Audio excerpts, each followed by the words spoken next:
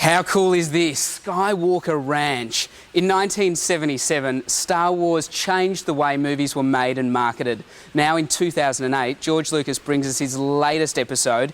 It's called The Clone Wars. It's animated and it was all put together here.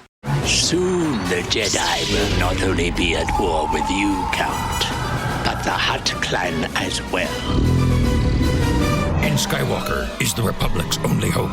I thought that you thought after the 6 episodes we were finished with Star Wars and then we get more. Well, what we finished with the features was the saga of Anakin Skywalker, which is his descent into the dark side and the eventual redemption by his son.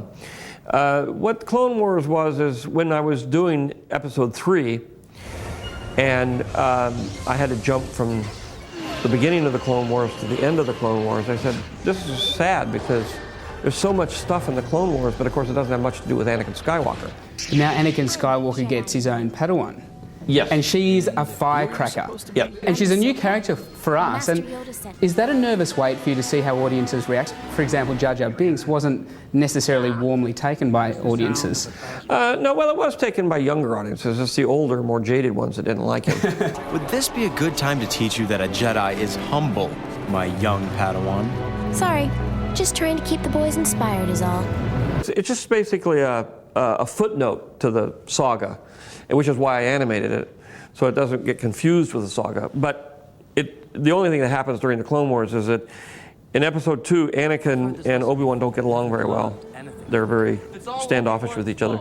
By the time we get to 3, they're best friends and a team. And then in order to make Anakin a little bit more mature, I gave him somebody to teach. It makes you more mature simply because you've suddenly got to be a good example for somebody younger than you are. You've created everything that we see here at Skywalker Ranch and possibly the most successful movie phenomenon of all time. What's most important to George Lucas these days? No, my kids are still my most important thing in my life. You know, and it's always nice to have inspired a lot of people, a lot of young people. Is there truth to the rumour that there's a live-action series slated and that it's going to be shot in Australia? That is true. Fantastic. We're looking in Australia. We haven't made a final decision on exactly where we're going to shoot, but obviously we've made a lot of the movies in Australia. I love Australia. I spent a lot of time there, and we'd like to do it in Australia. Unfortunately, you guys got a lot of inflation. We do a little bit, but we've also got a lot of warm weather. I know. And beaches. And the government has done a very good job of giving encouragement to people to come to Australia. I mean, movie people, which is very helpful. So we'll, hopefully we'll make it in Australia.